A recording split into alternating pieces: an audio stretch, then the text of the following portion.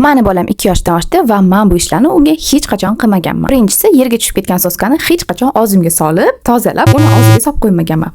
Hech qachon. Ikkinchisi, shunga o'xshashroq, hech qachon o'zimni og'zimda ovqat chaynab, uni og'ziga chaynalgan ovqatni solmaganman. Men uchun prям o'zinglar ham o'ylab ko'ringlar, chaynalgan ovqat sizlar yeginglar kelgan bo'larmidi? И вообще bu gigiyenaga umuman zid narsa. Inson og'iz bo'shlig'ida qancha bakteriyalar borligini o'zi bilasizlarmi? Uchinchi qilmagan narsam, men bolamni hech qachon beshiga bir kun ham, yarim soatga ham, 5 minutga ham belamaganman.